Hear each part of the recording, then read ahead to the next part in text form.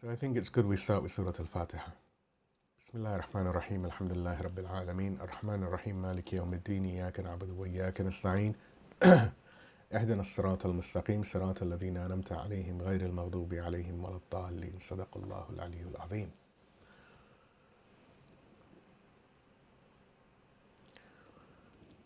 أعوذ بالله السميع العليم من الشيطان اللعين الرجيم. بسم الله الرحمن الرحيم. الحمد لله رب العالمين وصلى الله على سيدنا محمد وعلى آل بيته الطيبين الطاهرين ولعن الله ولا أعدائهم أجمعين من الأولين والآخرين آمين يا رب العالمين. أما بعد. Assalamu alaikum wa rahmatullah. So last week we diagnosed the disease.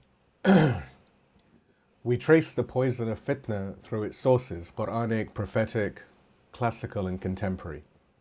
We established its characteristics: indiscriminate, uncontrollable, residual, the same characteristics that define forbidden weapons in the physical domain. We examined its mechanism, the mixture of truth and falsehood, the exploitation of legitimate grievances, the transformation of sincere anger into self-destructive chaos. We witnessed the pattern in history at Siffin, in the dissolution of Imam al-Hassan's army, and in the betrayal of Bukhtar. And we witnessed it in our own time. Just a couple of months ago, when economic protests were hijacked by coordinated networks serving foreign agendas. We heard the scholars speak with one voice. Security is the red line. Criticism is a gift, but conspiracy is a dagger. Constructive criticism strengthens, while destructive criticism is forbidden. Blood cannot wash blood.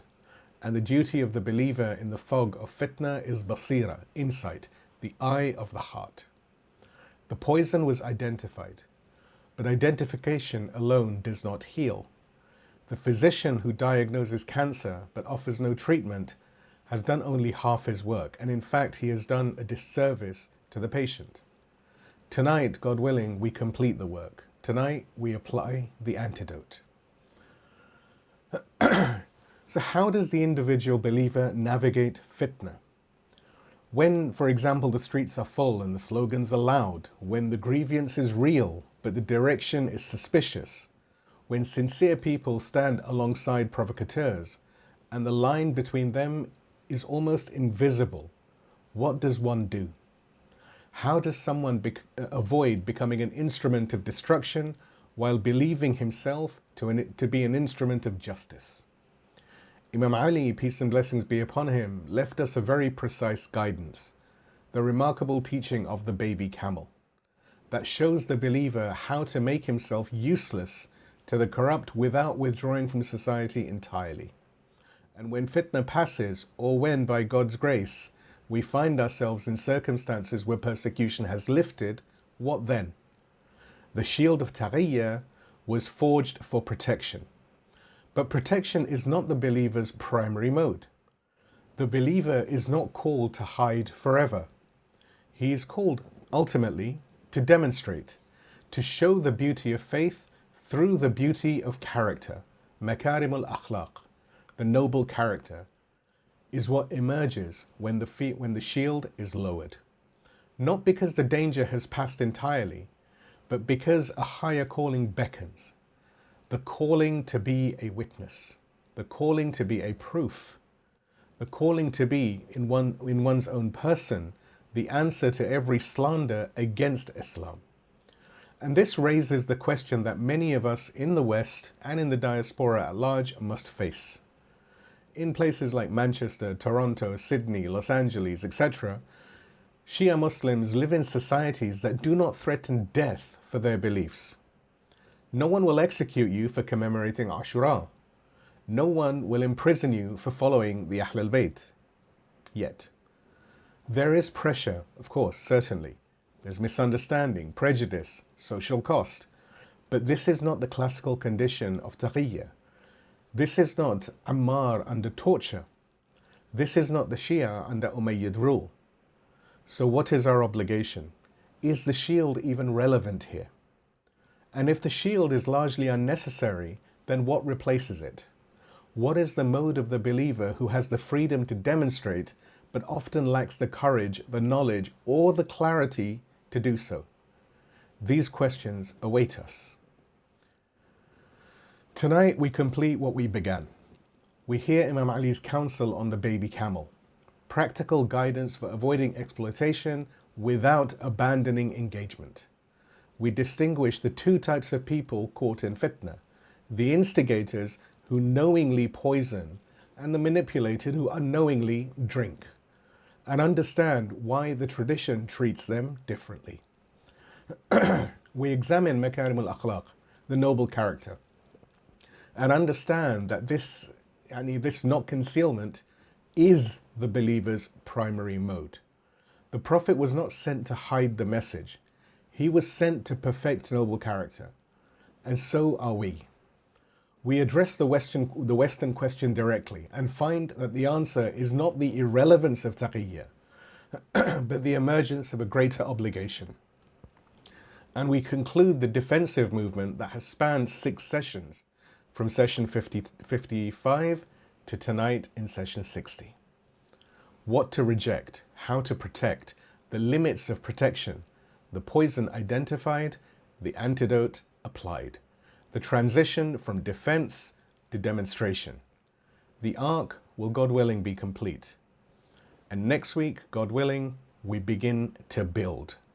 In His name we proceed, and in Him do we place all of our trust, and He is the best of those who are trusted. Please give me a salawat and we move on to the main session. اللهم صل على محمد وآل محمد وعجل فرجهم.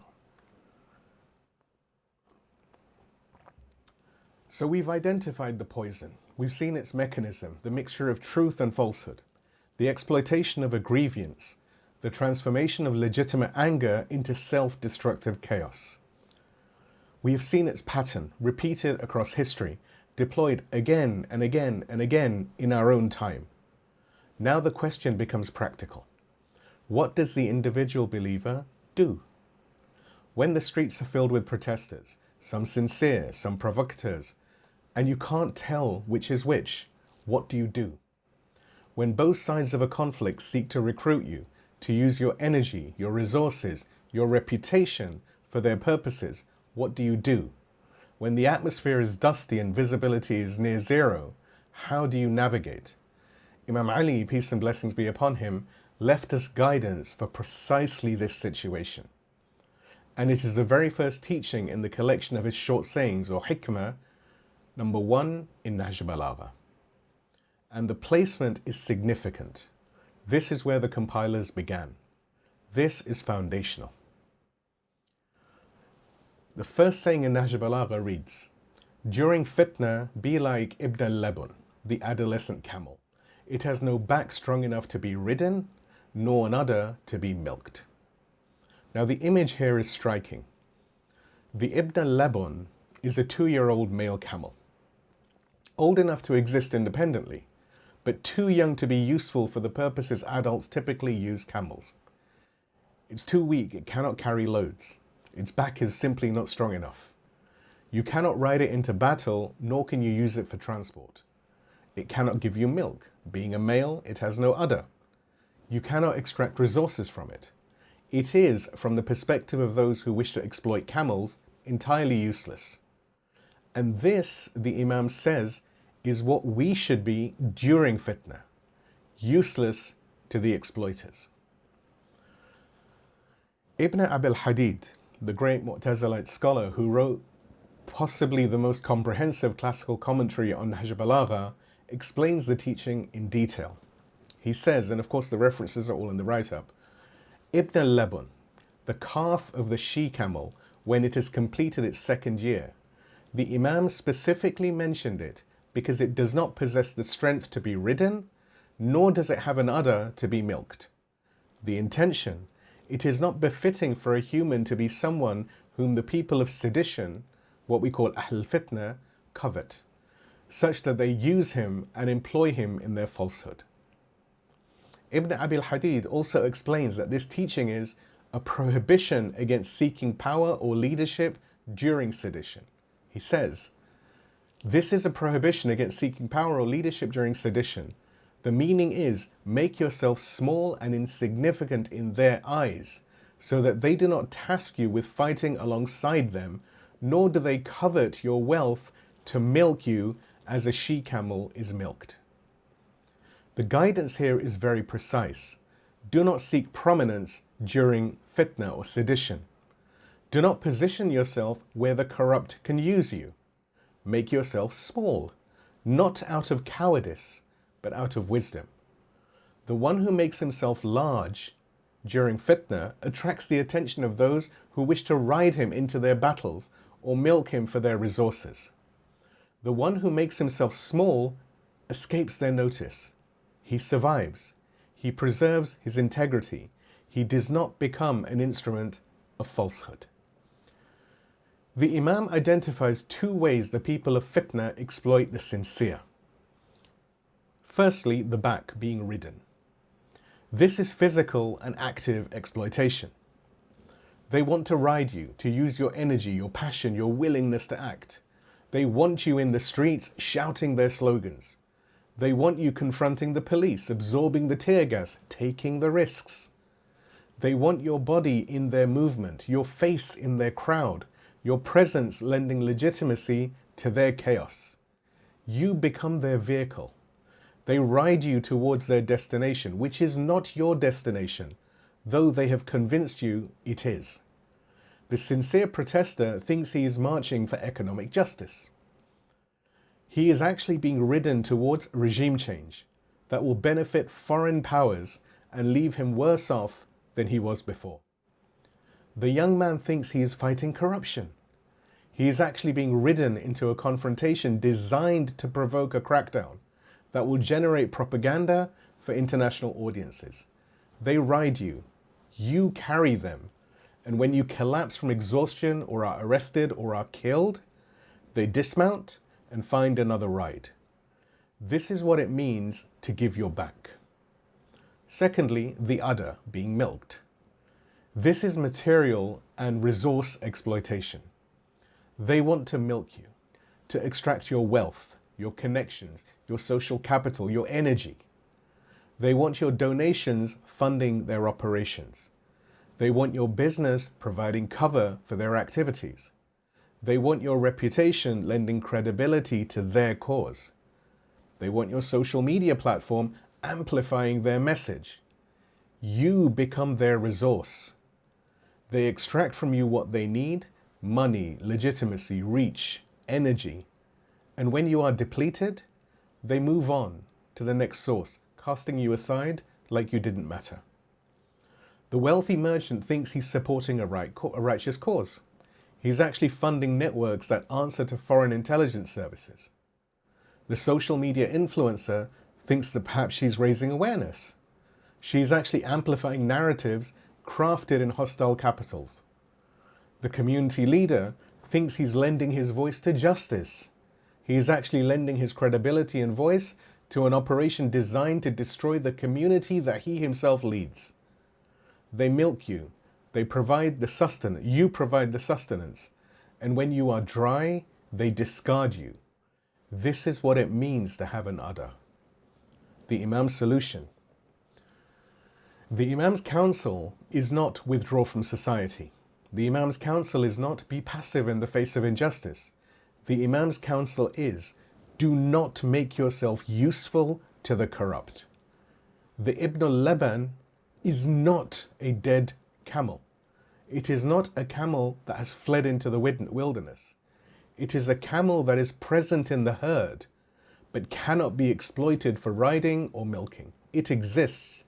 It participates in camel society. It is not absent, but it is useless for the purpose of those who wish to exploit. This is the model. Be present. Remain engaged. Do not abandon your community, but do not give your back to be ridden, and do not offer your udder to be milked. When the people of fitna come seeking recruits, be unavailable. When they come seeking funds, be dry. When they come seeking amplification, be silent. Not because you don't care about justice, but because you recognize that they do not care about justice. They care about exploitation, and you will not be exploited. Ayatollah Makarim Shirazi, may God protect him, in his commentary, Payam Amir al-Mu'mineen, applies this teaching to modern circumstances. He says, the Imam says during seditions, be like Ibn al-Labun, the adolescent camel. The meaning in that is that in conflicts that occur between oppressors and falsehood seekers, where each side wants to exploit the popular forces for their own benefit, a person must take such a position that neither of the two sides can exploit him. He should neither give a back for them to right, yani fighting for their sinister goals, nor have an udder to milk for them to milk, or yani meaning to use his financial resources or social status in order to strengthen them. This instruction does not mean withdrawing from society, but rather signifies vigilance against the exploiters, and the references in the write-up. Notice the very crucial clarification. This is not withdrawal from society.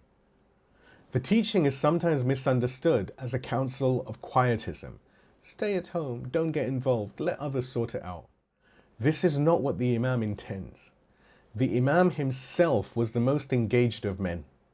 He fought when fighting was necessary. He withdrew when governance was necessary. He governed rather when governance was necessary. He never withdrew. But he also never allowed himself to be used by the corrupt. The teaching is about vigilance, being aware of who is trying to use you and for what purpose. It is about discernment, recognizing when a movement is actually an operation, when a cause is actually a cover, when allies are actually exploiters. It is about strategic uselessness, making yourself unavailable to those who would ride or milk you, while remaining available for genuine service to the truth. So how does this teaching apply in practice? When movements emerge suddenly, be suspicious. Genuine movements build gradually. They have history. They have organic development. They have leadership that emerges from the community over time. Operations are suddenly and are deployed suddenly. They appear out of nowhere. They have slick coordination from day one. Their leaders are often unknown or newly prominent. The Ibn al-Labun watches and waits. He does not rush to join what appeared overnight. When both sides want you, trust neither. In genuine conflicts between good and evil, the good side does not need to recruit through manipulation. The truth speaks for itself. When competing factions both aggressively seek your participation, when both sides are riding and milking, it is likely that neither represents truth. The Ibn al-Labun makes himself useless to both. He waits for clarity. When the ask escalates rapidly, withdraw. Exploitation follows a pattern. First they ask for something small, a signature on a petition, a share, a small donation. Then the ask grows. Before you know it, you are deeply invested in something you never intended to join. The Ibn al-Labun recognizes the pattern and breaks it early. When the asks accelerate, he becomes unavailable. When emotions are running high, slow down. The people of Fitna rely on emotion. They need you angry, outraged, unable to think clearly. They need you acting before you have the time to verify or even think about what you're doing. The Ibn al-Labun deliberately slows down when emotions accelerate.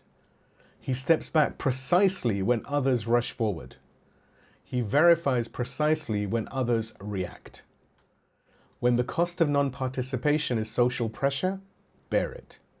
The exploiters use social pressure as a weapon. Everyone is joining, why aren't you? Are you a coward? Don't you care about justice? The Ibn al-Labun bears this pressure. He knows that social discomfort is preferable to becoming an instrument of destruction. He knows that those who pressure him today will not bear the consequences of his actions tomorrow. He is useless to the exploiters, and in being useless to them, He preserves himself for genuine service to truth. Let's now look at the wisdom of strategic uselessness. There is a profound wisdom in this teaching. The exploiters need resources. They need bodies for their movements, money for their operations, voices for their amplification. If enough people become Ibn al-Labun, if enough people make themselves useless to the corrupt, the operations fail. The color revolution cannot happen without crowds. If the crowds stay at home, there is no color revolution. The propaganda cannot spread without amplifiers. If the amplifiers fall silent, the propaganda dies. The destabilization cannot succeed without resources. If the resources dry up, the operation collapses. The Ibn al-Labun is not passive. He is actually engaged in a form of resistance to exploitation. By refusing to be ridden, he denies transportation to the corrupt. By refusing to be milked, he denies sustenance to the corrupt. And in sufficient numbers, this denial is decisive. The people of Fitna are parasites. They cannot create, they can only exploit. Deny them hosts, and they die. Let's now look at the two people in Fitna, the poisoners and the poisoned. But before that, please give me a salawat ala Muhammad wa ali Muhammad. اللهم صل على على محمد محمد وآل وآل محمد محمد وعجل وعجل. فرجهم. So we've learned how to avoid being exploited during Fitna. Now we must understand who it is that seeks to exploit and distinguish them from those who, like us, are potential victims of exploitation. And this distinction is crucial. The tradition does not treat everyone caught up in Fitna in the same way. It distinguishes sharply between those who knowingly create chaos and those who unknowingly or unwittingly participate in it. The first are criminals. The second are, in a profound sense, victims, even as their hands do damage. Understanding this distinction shapes how we respond to both. So the first type, the instigators, what we call al-mufsid fil ard, and that term I will explain a little bit more shortly. The instigator is the one who knows. He knows that what he spreads is false. He knows that the movement he promotes serves destruction, not reform. He knows that the grievances he exploits are merely tools, not concerns he genuinely shares. He is the intelligence operative who plans the destabilization. He is the media executive who commissions the propaganda. He is the agent provocateur who infiltrates the protest and throws the first stone. He is the foreign-funded activist who coordinates networks of chaos while presenting himself as a voice of the people. He is the social media operative who manufactures viral lies, knowing they are lies, knowing they will cause harm. These are not confused people. These are not sincere people who have made mistakes. These are people who have chosen deliberately, with full knowledge, to poison the minds of others for strategic purposes. And the Quran places such people in a very severe category. Al-mufsiduna fil ard, those who spread corruption on the earth. In Quran, in Surah Al-Ma'idah, the chapter of the table spread, 5th chapter of the Quran, verse number 33, Allah subhanahu wa ta'ala says, "Indeed, the penalty for those who wage war against God and His Messenger and spread corruption on the earth is that they be killed or crucified, or that their hands and feet be cut off from opposite sides, or that they be exiled from the land. That is for them a disgrace in this world, and for them in the hereafter is a great punishment." The severity of this verse shocks modern sensibilities, but consider what it addresses. The mufsid fil ard is not a petty criminal. He is not someone who has just made a mistake. He is not even a murderer in the ordinary sense. He is someone who wages war against the foundations of human society. He spreads corruption that metastasizes, that spreads beyond its origin, that destroys the conditions that make ordered life possible. The murderer kills one person. The mufsid creates conditions in which thousands, even millions may die. The thief steals property. The mufsid destroys the trust that makes property meaningful. The liar deceives one person. The mufsid poisons the information environment so thoroughly that truth itself becomes impossible to discern. The severity of the punishment matches the severity of the crime. And the crime of deliberate, knowing fitna-mongering, of poisoning minds to collapse societies, falls squarely within this category. So who are the mufsidun of our time?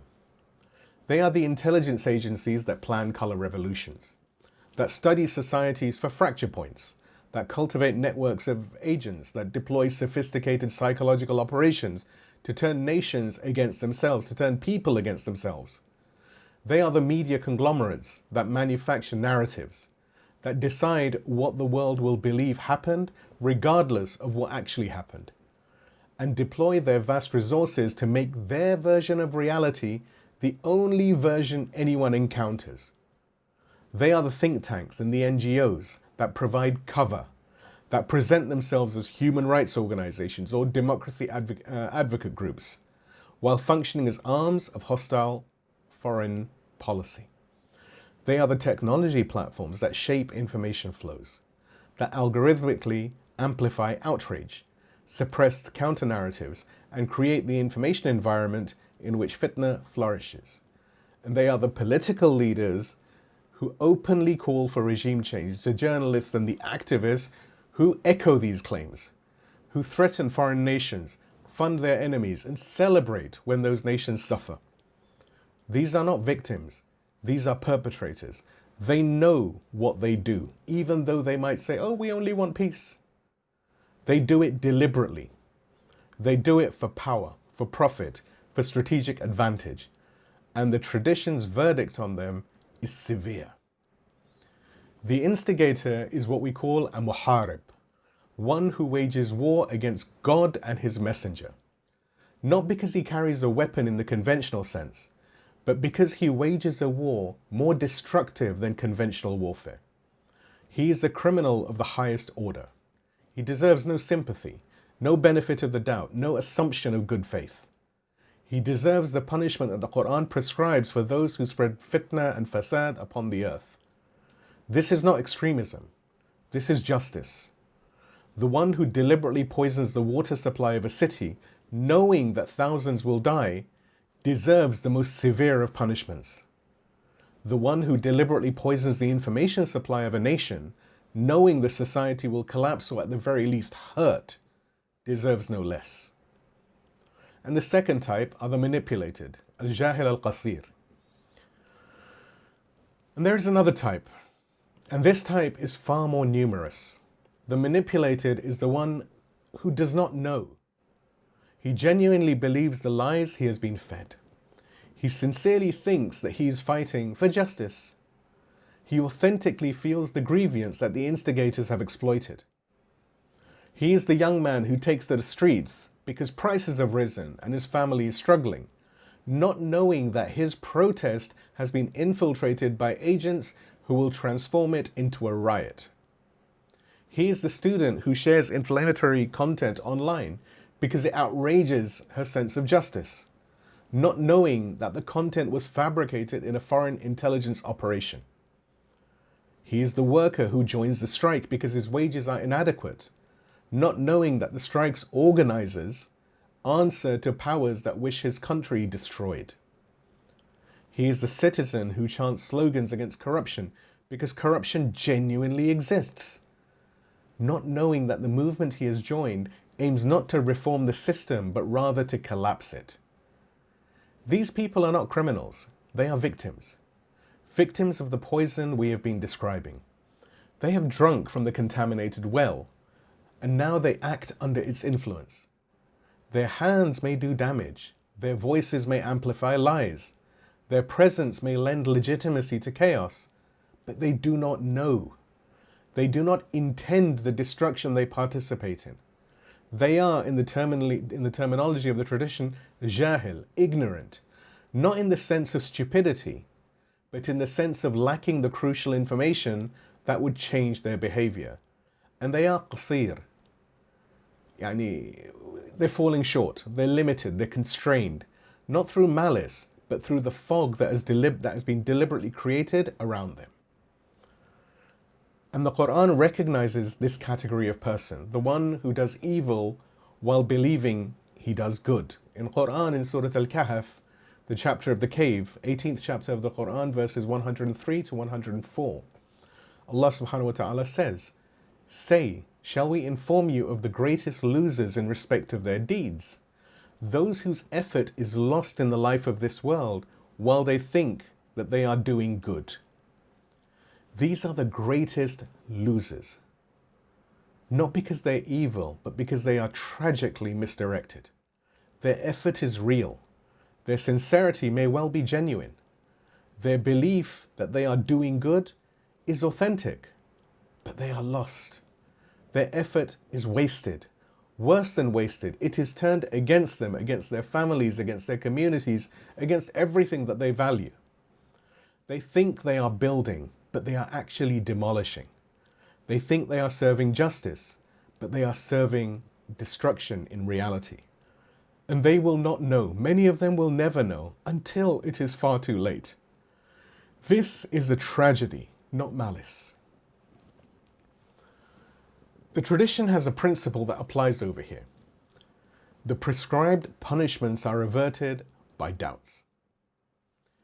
When there is genuine ambiguity about intention, about knowledge, about the nature of an act, the severe punishments are suspended. The benefit of doubt is given. Why? Because punishment is meant for the guilty, and guilt requires knowledge, intention, and deliberate choice. The one who acts in genuine ignorance, who truly did not know, who would have acted differently had they known, is not guilty in the same way as the one who acts with full knowledge. Certainly they are responsible for their ignorance to a degree. They should have verified. They should have been more careful. They should have applied tabayyun before acting. They should have done tabyin, clarified before acting. But their failure to verify is a different category of wrong than deliberate, knowing participation in evil. And the tradition treats it differently. And the verdict? The manipulated person is not a mufsid. He is a mustadaf, a weakened, overpowered and incapacitated person. He is a victim of information warfare, not a perpetrator of it. He should not be executed. He should be educated. He should not be punished with severity. He should be shown the truth that he was denied. He should not be treated as an enemy. He should be rescued from the enemy that has captured his mind. This, however, does not mean his actions have no consequences. If he has destroyed property, he bears responsibility for that destruction. If he has harmed others, or worse yet, committed murder, he must make amends. But the treatment is different. And the hudud in this case is also different.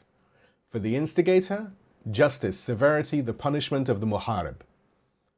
For the manipulated, mercy, education, and the patience required to deprogram someone who has been deceived. This distinction is not merely academic.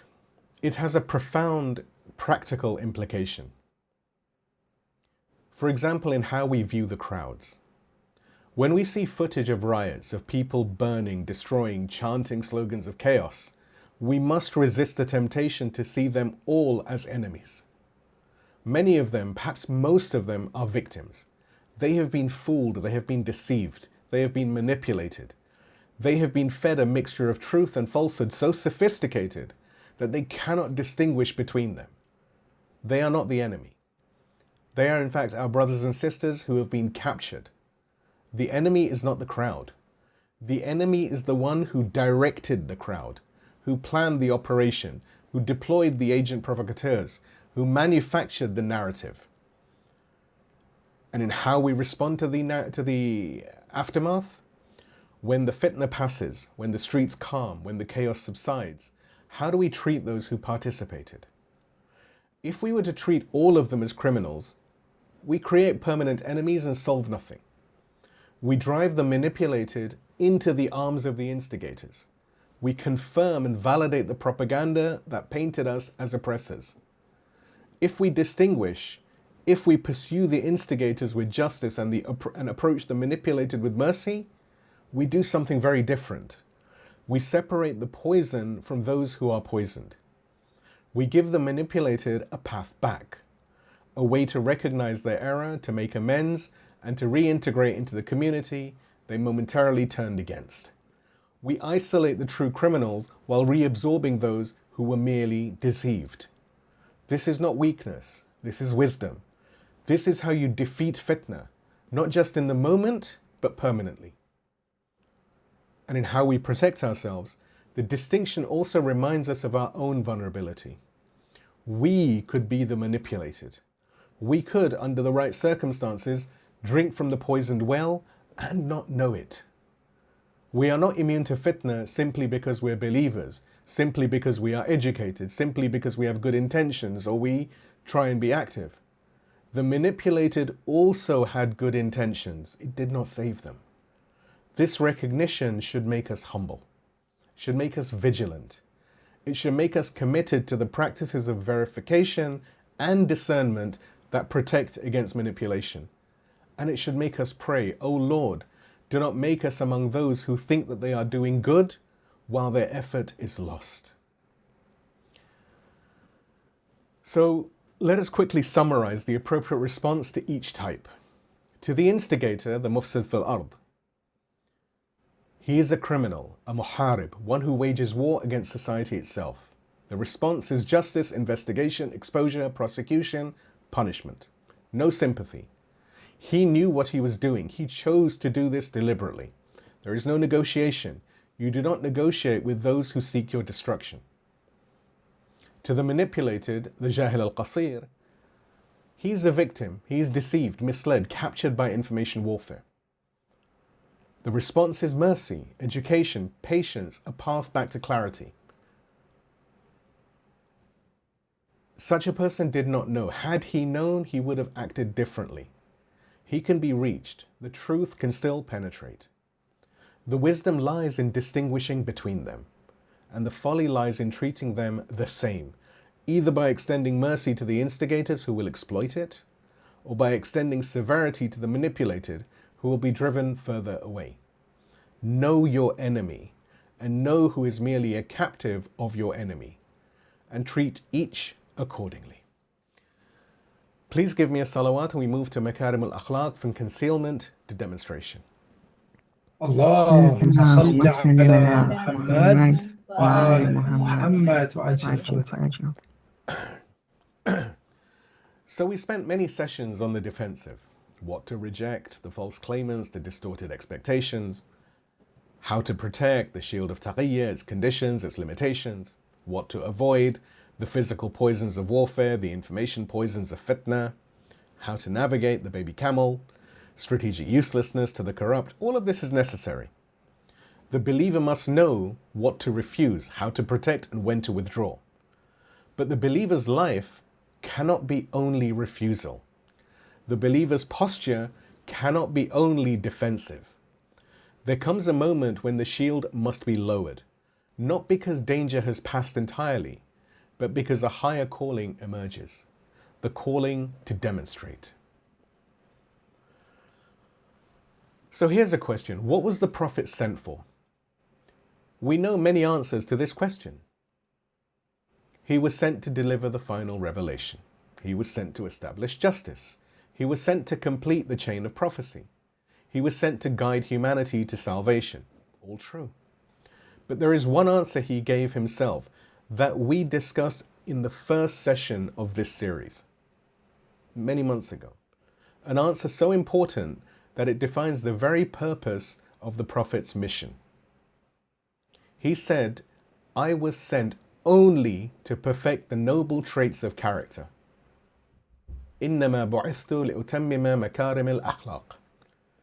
Now this hadith is remarkable for many reasons. Firstly, its transmission. It appears in both Sunnah and Shia hadiths with virtually identical wording. a sign of its authenticity and centrality to the tradition. For example, in the Sunni canon, you can find it in the Muwatta of Imam Malik and the Musnad of Ahmad ibn Hanbal. In the Shia canon, you find it in Bihar al-Anwar and Majma al-Bayan and many other books like this. When a hadith appears identically across both traditions, transmitted through independent chains, confirmed by the greatest scholars of each school, we are dealing with something foundational, something that cannot be dismissed as sectarian interpretation or a later fabrication. This is the Prophet's own statement of his mission. Second, the word innama, verily only. This is a particle of exclusivity in the Arabic language.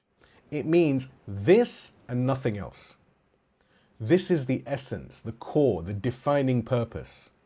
The Prophet did not say, among my purposes is to perfect the noble character. Rather, he said, I was sent only to perfect noble character. Everything, the revelation, the law, the battles, the community building, everything serves this purpose. The goal is not merely to deliver information about God. The goal is to transform human beings into vessels of noble character. Third, the word utammim, to perfect or to complete. The Prophet did not say, I was sent to create noble character from nothing. He said, I was sent to complete it. Noble character existed before him. Adam had it. Abraham had it. Moses and Jesus had it. The previous prophets cultivated it in their communities. But it was incomplete. It needed perfection. It needed the final refinement that only the seal of the prophets, peace and blessings be upon him, his family and righteous companions, could provide. And that perfection is Makarim al-Akhlaq, the noblest traits, the highest characteristics, the most beautiful manifestations of human virtue. But what is Makarim al-Akhlaq? Makarim is the plural of makruma, a noble quality, a generous trait, something that elevates and dignifies. Akhlaq is the plural of khuluq, character, disposition, the settled patterns of behavior that define who a person is. Together, Makarim al-Akhlaq refers to the constellation of virtues that constitute the perfected human being, amongst which are honesty, not merely avoiding lies, but living in alignment with truth at every level. Generosity, not merely giving when asked, but actively seeking opportunities to benefit others. Patience, not merely enduring hardships, but maintaining dignity and purpose through trials. Courage, not merely the absence of fear, but the willingness to do what is right despite of fear. Justice, not merely following rules, but actively working to establish fairness in every domain. Compassion, not merely pitying the suffering, but actively working to relieve it. Humility, not merely avoiding arrogance, but genuinely seeking oneself genuinely seeing oneself as a servant and not a master. Gratitude, not merely saying thanks, but living in constant awareness of blessings received. Forgiveness, not merely letting go of grudges, but actively wishing well for those who have wronged you. Trustworthiness, not merely keeping promises, but being someone others can rely upon absolutely. These are the makarim, the noble traits, and there are others of course. And the Prophet was sent to perfect them, not to hide them, not to protect them behind walls of concealment, not to keep them safe until conditions improve, to perfect them, which means to manifest them, to demonstrate them, to live them so visibly that others can see and learn and be transformed. So what is the relationship between Taqiyyah and Makarim? Now we can understand the relationship between what we have studied and what we are now approaching.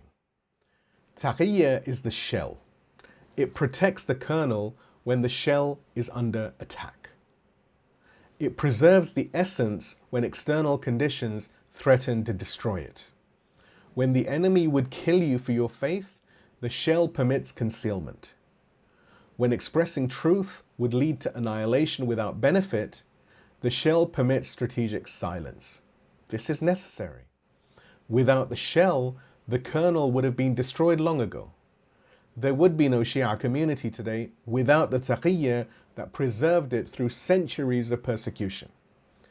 Makarim al-Akhlaq is the kernel. It is what the shell protects. It is the actual content of the faith, not propositions to be believed, but character to be embodied. The shell exists for the sake of the kernel. The kernel does not exist for the sake of the shell. And here is the crucial point. When the shell is secure, the kernel must shine. The purpose of protection is not permanent concealment. The purpose of protection is to preserve something until it can be manifested. You do not build a fortress to stay inside forever. You build a fortress to protect what is precious until conditions allow it to flourish in the open. The believer who has the opportunity to demonstrate noble character, but chooses instead to remain hidden, has mistaken the shell for the kernel. He has made protection the goal, when protection was only ever the means. Let's be very clear about what this means. The believer's primary mode is not concealment, it is demonstration. Taqiyyah is the exception, it is not the rule. It applies when specific conditions obtain, when life is threatened, when the community would be harmed, when expression would bring destruction without benefit.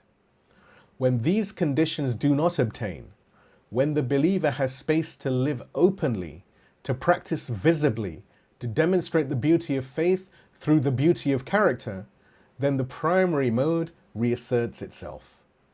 And the primary mode is Makarim. The Prophet did not hide in Medina. He built a society that embodied the values that he taught. The Imams, even under persecution, taught openly when they could. They trained scholars, they answered questions, they demonstrated through their conduct what Islam actually looks like when it is lived. The great scholars of our tradition did not conceal their knowledge. They wrote books, they taught students. They built institutions that have transmitted the faith across centuries, across the entire world. Concealment was always in service of eventual demonstration. Protection was always in service of eventual manifestation. The shell was always in service of the kernel. And when the believer has the opportunity to manifest, he must manifest. So the existence of the Islamic Republic has changed something fundamental. For centuries, the Shia were a persecuted minority. They lived under hostile rule, Umayyad, Abbasid, Ottoman, various local dynasties. They preserved their faith through strategic concealment, waiting for conditions that would allow open practice. In 1979, under the leadership of Imam Khomeini, may God rest his pure soul, these conditions arrived. For the first time in centuries, a state existed that was built on Shia, on Islamic principles, led by senior scholars, dedicated to implementing Islamic jurisprudence.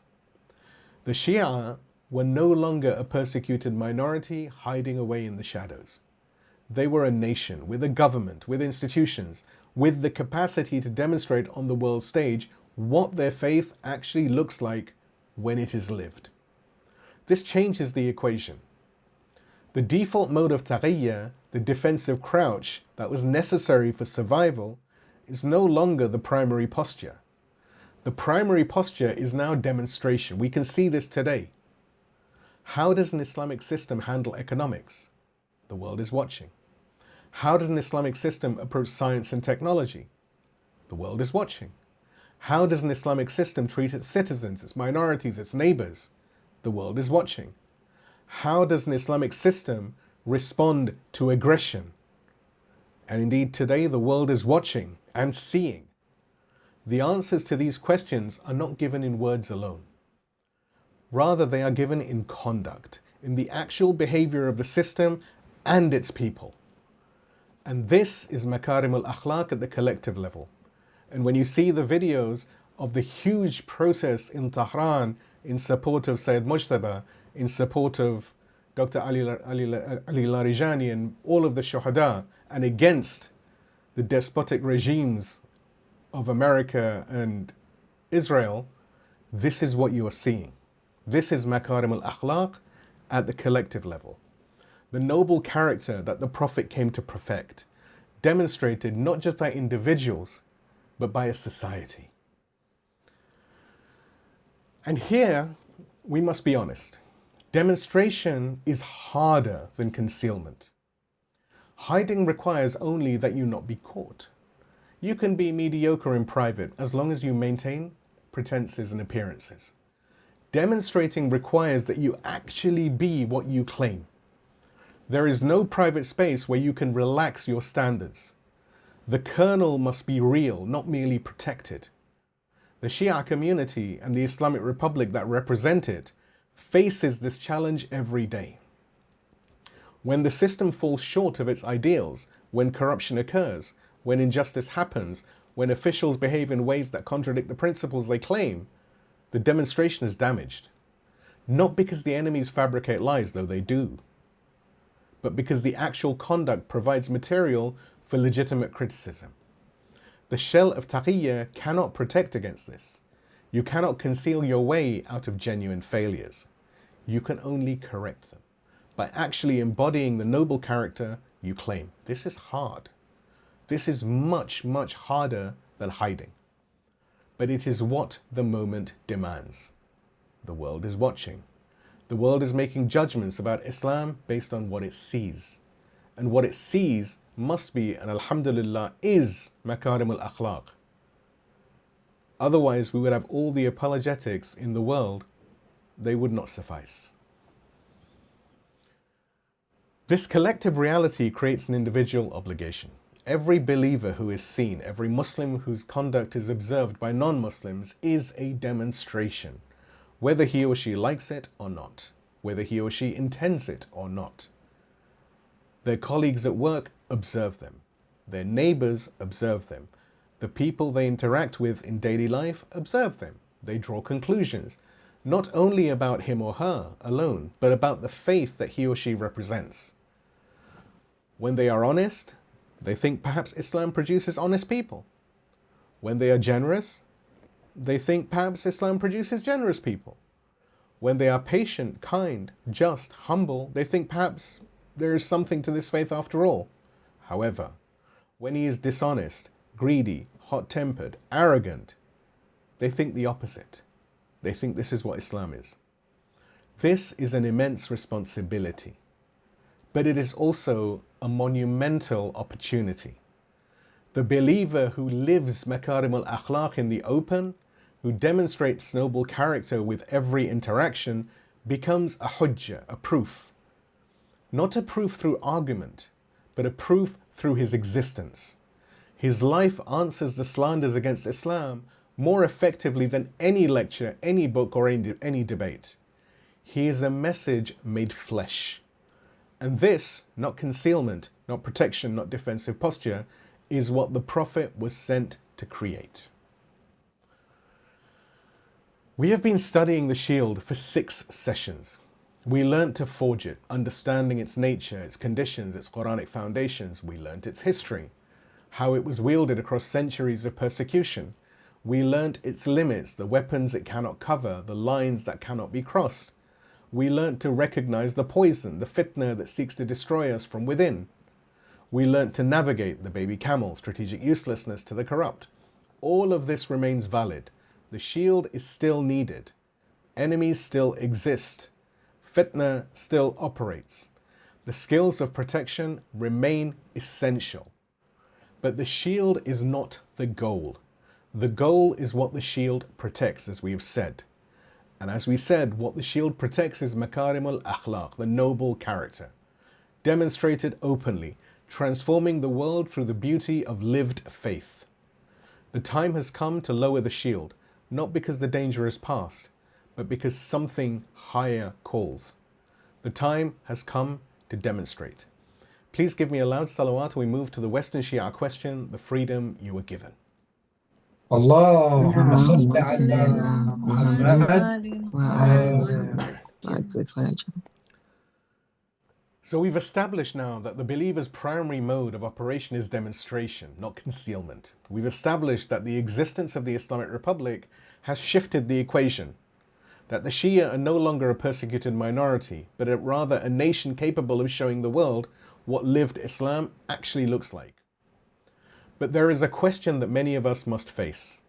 Those of us who do not live in the Islamic Republic, who do not live under its protection, who live instead in Western and Eastern societies with their own dynamics and their own pressures.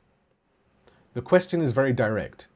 Is Taqiyyah even relevant in, for example, Manchester or Toronto or Sydney or Los Angeles or this place or that place? For those of us who live in the West, what is our situation and what is our obligation? Let us recall what Taqiyyah was designed for.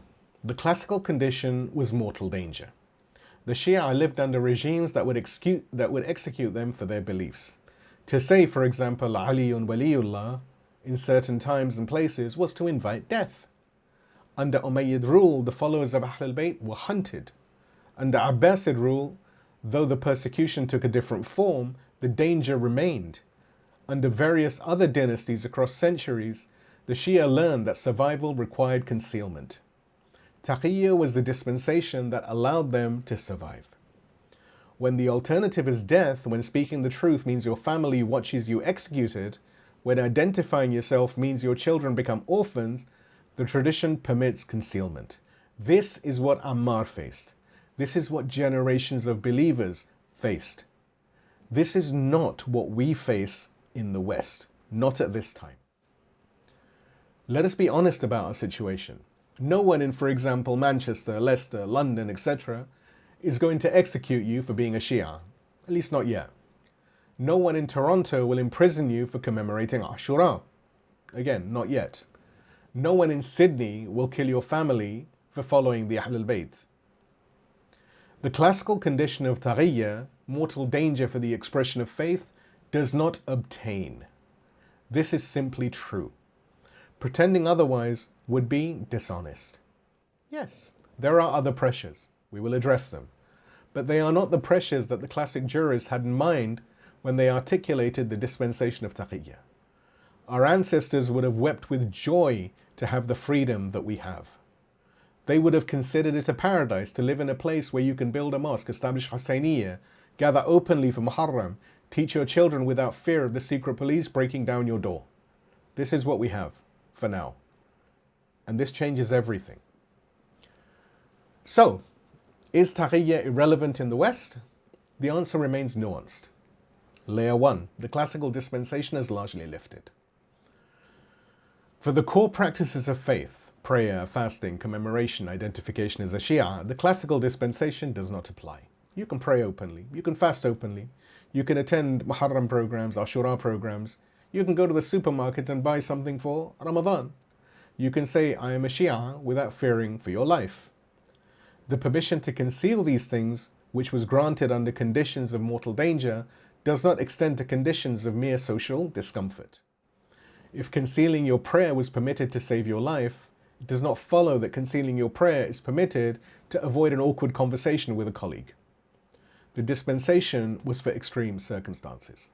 Mild social friction is by no means an extreme circumstance. Layer 2. Other pressures exist, but they're different. This does not mean there are no pressures. There are social pressures. The awkwardness of being visibly Muslim in a secular environment. The prejudice that exists in some quarters. The stereotypes that the corrupt media has cultivated and nurtures. There are professional pressures. The possibility that visible religiosity might affect career advancement. That taking time for prayer might be seen as inconvenient. That fasting might raise questions. There are family pressures. The tensions can arise in mixed families, the generational conflicts between those who wish to assimilate and those who wish to maintain tradition. These pressures are real. They should not be dismissed, but they are not a mortal danger. They are not speak the words of disbelief or watch your family die. They are a discomfort. They're a friction. They are the ordinary challenges of living as a minority in any society. and the dispensation for these is much narrower, if it exists at all. You may use your wisdom in how you present yourself. You may choose your moments. You may avoid unnecessary provocation. But you may not abandon the visible practice of your faith simply because it is socially inconvenient. The threshold of Taqiyyah is higher, much higher than inconvenience. Layer 3, the greater obligation, emerges. And here is what many Western Muslims miss. When the classical dispensation lifts, it is not replaced by nothing. It is replaced by the primary obligation, the obligation to demonstrate. You are not merely permitted to practice openly. In many circumstances, you are obligated to practice openly. Why? Because your practice is da'wah. Your conduct is tabligh. Your visible faith is a message to everyone who observes you. The colleague who sees you pray sees something about Islam. The neighbor who observes your character, for example during Ramadan, learns something about what fasting produces. The community that witnesses how you treat your family, your employees, your customers, they draw conclusions about the faith that you represent. You are, whether you like it or not, an ambassador. And ambassadors do not have the luxury of hiding. Layer 4, the responsibility is immense. This creates a weight that perhaps our ancestors did not carry in the same way. They had to survive. We have to represent. They had to preserve the faith for future generations. We have to demonstrate the faith to a watching world. They were asked to endure persecution with patience. We are asked to manifest excellence in conditions of freedom. In some ways, their task was simpler. Survive. Pass on what you received. Wait for conditions to change. Our task is significantly more complex. We have the conditions that they prayed for. Now we must prove worthy of them. And this is not easy.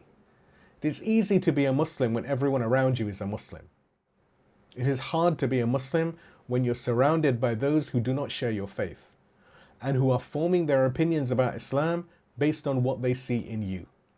It is easy to have a noble character when no one is testing it. It is hard to have a noble character when every interaction is a test, when your patience, your honesty, your generosity, your justice are constantly observed and evaluated. The freedom we have been given is also a burden.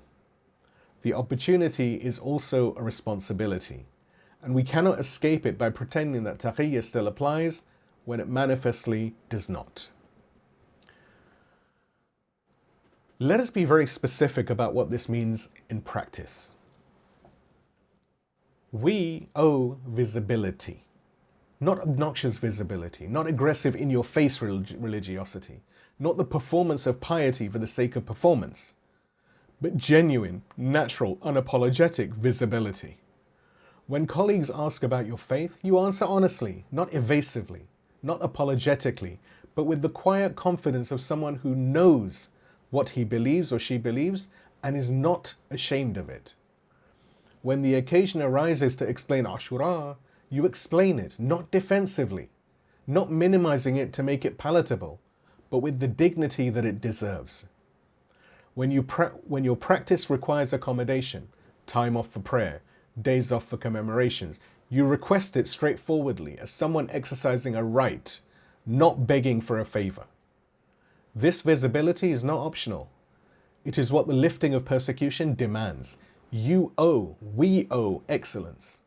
The watching world will judge Islam by what it sees in us. If we are mediocre in our work, mediocre in our ethics, mediocre in our treatment of others, we confirm the suspicion that Islam produces nothing special, that it is something useless.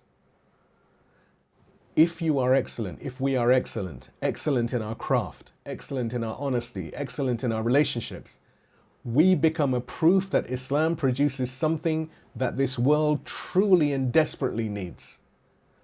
This excellence is not optional.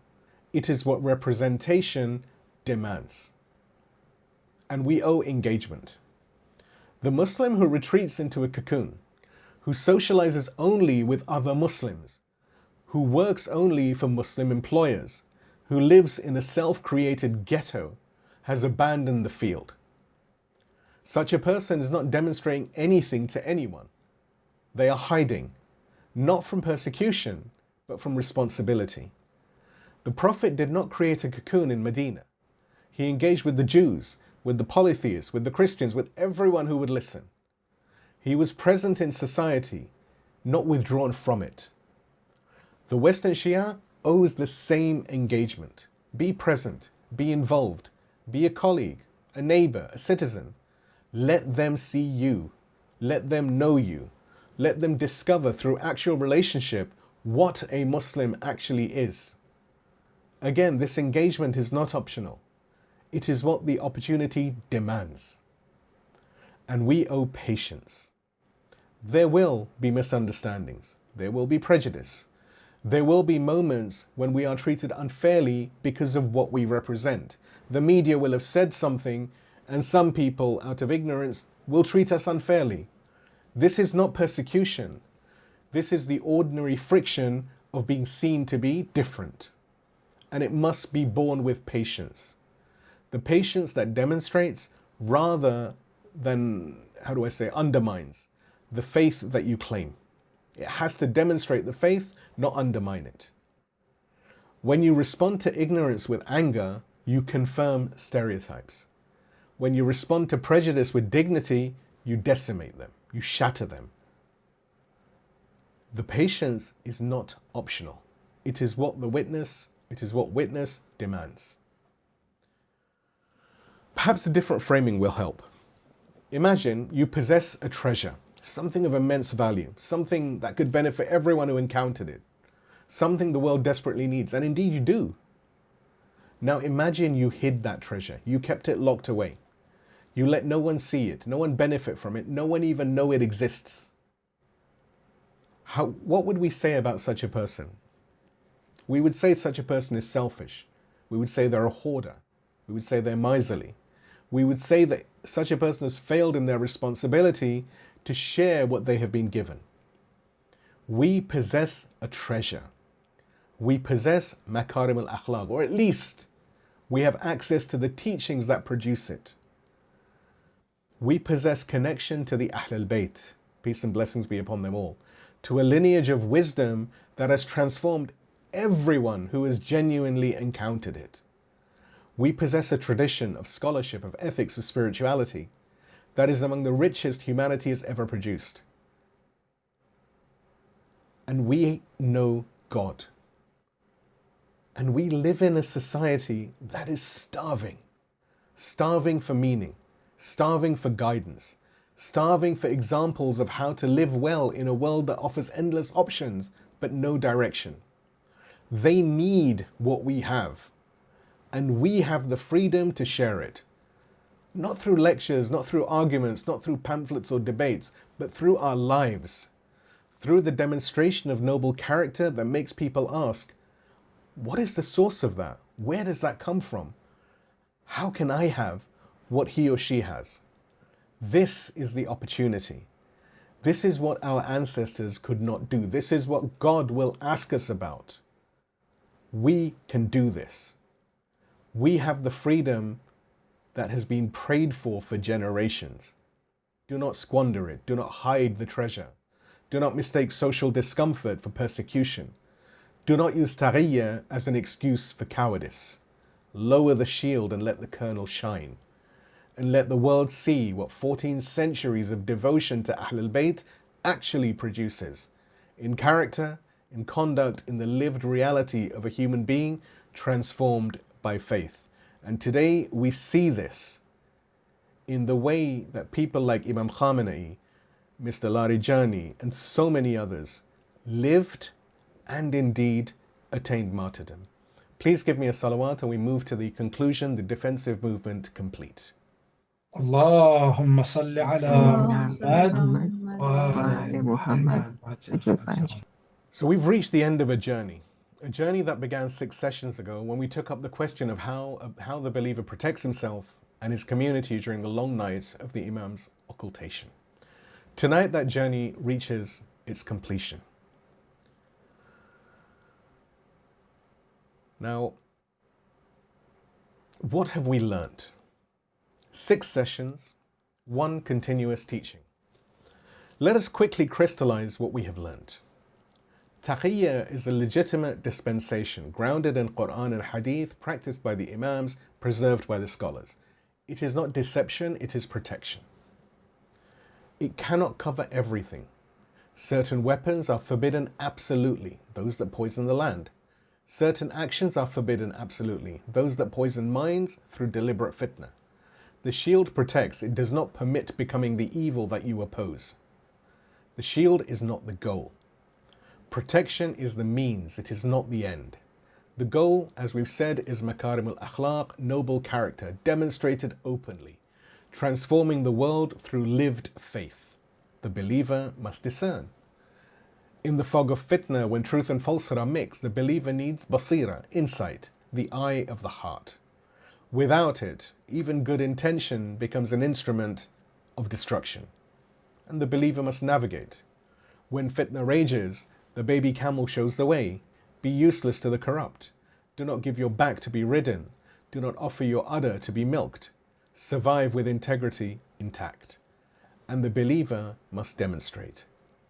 When conditions permit, when persecution lifts, when freedom exists, the primary mode reasserts itself. The kernel must shine. The treasure must be shared. The world must see what Islam actually is and what it produces. So alhamdulillah, praise be to God, we've completed the defensive movement. We know what to reject, the false claimants, the distorted expectations. We know how to protect the shield, its conditions, and its proper use. We know the limits, the weapons forbidden, the lines that cannot be crossed. We know how to recognize danger, the characteristics of poison, physical and informational. We know how to navigate strategic uselessness, discernment, patience. We know when to emerge, when protection gives way to demonstration, when the shield yields to the kernel. This is the complete teaching of defense for now. This is what the believer needs to survive the occultation without losing his soul. But what comes next? But survival is not the goal. Defense is not the purpose of existence. The believer is not called merely to endure until the Imam returns. He is called to prepare, to build, to create, to establish conditions worthy of the Imam's return. What does the believer construct while waiting? What institutions does he build? What character does he cultivate? What society does he work toward? What would make the Imam proud to claim us when he returns? These questions have answers, and those answers are the subject of what comes next. The constructive movement, the age of construction, begins, God willing, in next week's session, session 61. We have learnt to defend. Now we must learn to build. Please give me a salawat. We have the supplication eulogy for those who emerge into light and demonstrate. اللهم صل على محمد وآل محمد. In the name of God, the most merciful, the most compassionate. O Lord of the dawn, you who bring forth the living from the dead and the dead from the living. You who cause the morning to break and the darkness to flee. You who have promised the truth will be made manifest and falsehood will perish. We have dwelt in the teachings of protection. We have learnt the ways of the shield. We have studied how to survive the night. Now the night shows signs of ending. Now the dawn approaches. Now you call us to emerge, not because all danger is past, but because something higher beckons. Grant us the courage to lower the shield. Grant us the strength to let the kernel shine. Grant us the Makarim al-Akhlaq, the noble character that makes our lives a proof and our conduct a message. O Lord, we are afraid. The shield has become familiar. The defensive crouch is comfortable. The shadows feel safe. To emerge is to be seen. To be seen is to be judged. To be judged is to risk failure. What if we demonstrate, and what we demonstrate is our own inadequacy? What if we let the kernel shine, and the light reveals how far we fall short? What if the world sees us as we are, and what we are is not worthy of what we represent. We are afraid, O Lord, but we know that fear is not an excuse. We know that our ancestors faced death and did not flinch. We know that the opportunity we have been given, the freedom they prayed for, cannot be squandered because we are nervous and anxious about awkward conversations. So we ask you, do not remove the fear perhaps we need it to keep ourselves humble, but grant us courage that is greater than the fear. Grant us conviction that overwhelms the hesitation. Grant us love for you that makes the opinions of others insignificant and small. We remember tonight those who demonstrated when demonstration was costly. We remember the Prophet, peace and blessings be upon him, his family and righteous companions, who stood in Mecca and declared the truth when truth meant exile, persecution and war. He did not hide. He did not calculate the odds.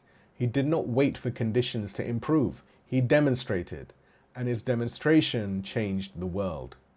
We remember Imam Ali, who never concealed his nature, whose justice was so visible that it made him enemies, whose excellence was so manifest that the mediocre could not tolerate it. He demonstrated, and his demonstration echoes through the centuries. We remember Sayyidah Fatima al-Zahra, who stood in the Mosque of Medina and spoke truth to those who had stolen her rights, who let her grief and her argument be heard, who did not hide behind the walls of her home when injustice demanded witness. She demonstrated, and her sermon still burns in the hearts of those who hear it. We remember Imam Hussein, who chose Karbala over comfortable obscurity, who took his family into the desert to make a point that could not be made in any other way. He demonstrated with his blood, with his sacrifice, with his refusal to give legitimacy to that which was illegitimate. And his demonstration shattered the false stability of Yazid's claim for eternity. We remember Said Zainab, who stood in the court of the murderer and spoke, captive, bereaved, surrounded by those who had butchered her family, and who demonstrated that chains cannot bind the spirit, that defeat cannot silence the truth, that the apparent victor is many a time the true loser. She demonstrated, and her words still echo in every Husayniyah, in every Muharram, and in every day, in every gathering where her story is told. O Lord, we are not them. We do not claim their stations. We do not presume their courage. But we ask you, let us follow their way. Let our lives be demonstrations, small ones, humble ones, but real. Let our honesty demonstrate that Islam produces honest people.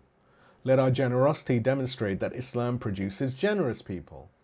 Let our patience demonstrate that Islam produces people who can bear hardship with dignity.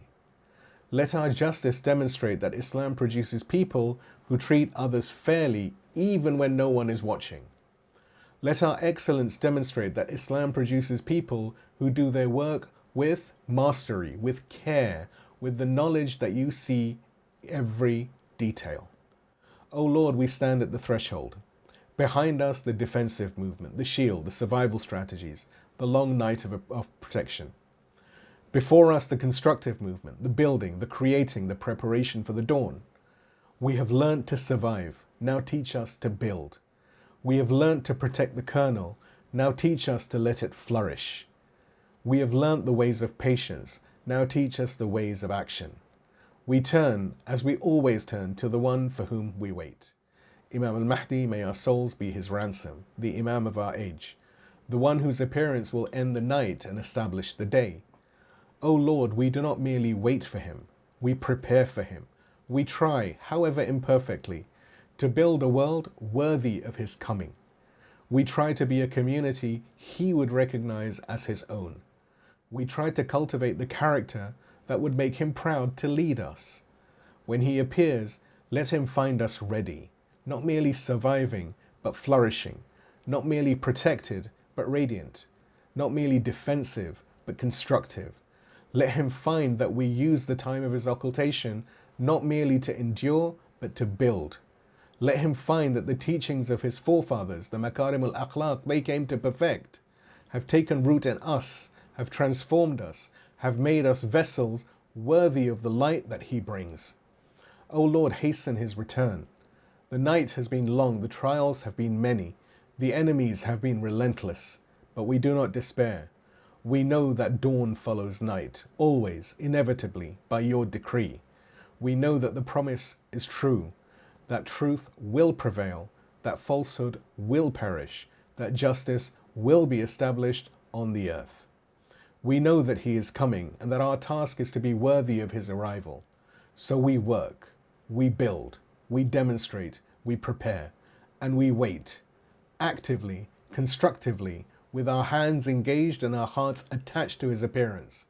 And may the peace and blessings of God be upon Muhammad, the greatest demonstrator, the one who showed humanity what human beings could become, the one whose character was so luminous that even his enemies testified to it, the one about whom God said, "You are upon an exalted standard of character," and upon the family of Muhammad, upon Sayyidah Fatimah al-Zahra, who demonstrated that grief could be transformed into testimony, upon Imam Ali, who demonstrated that power could be wedded to justice, upon Imam Hassan, who demonstrated that patience could be its own form of victory, upon Imam Hussein, who demonstrated that sacrifice could shatter false legitimacy forever, upon Imam Sajjad, who demonstrated that even a prisoner could be free, that even a survivor of massacre could rebuild, upon Imams Baqir and Sadiq, who demonstrated that knowledge could be preserved and transmitted even under hostile rule, upon Imam al-Kadhim, who demonstrated that prison walls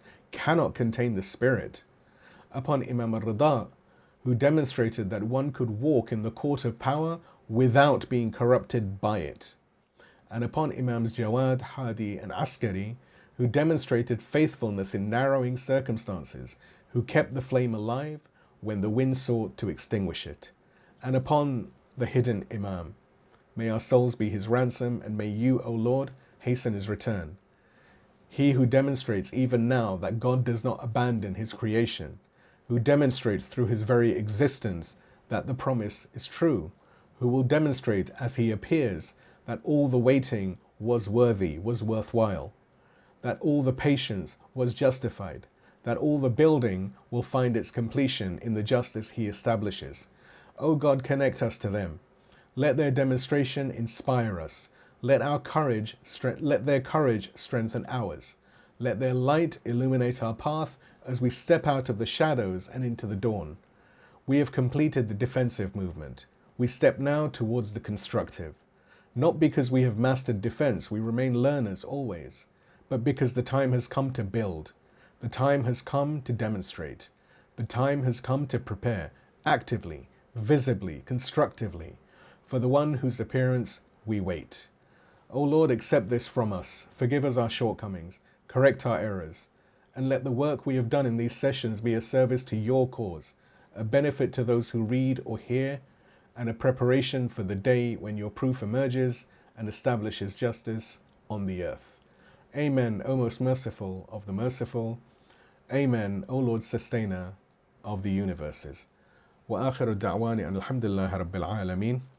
Wassalamu alaikum wa rahmatullahi wa barakatuh.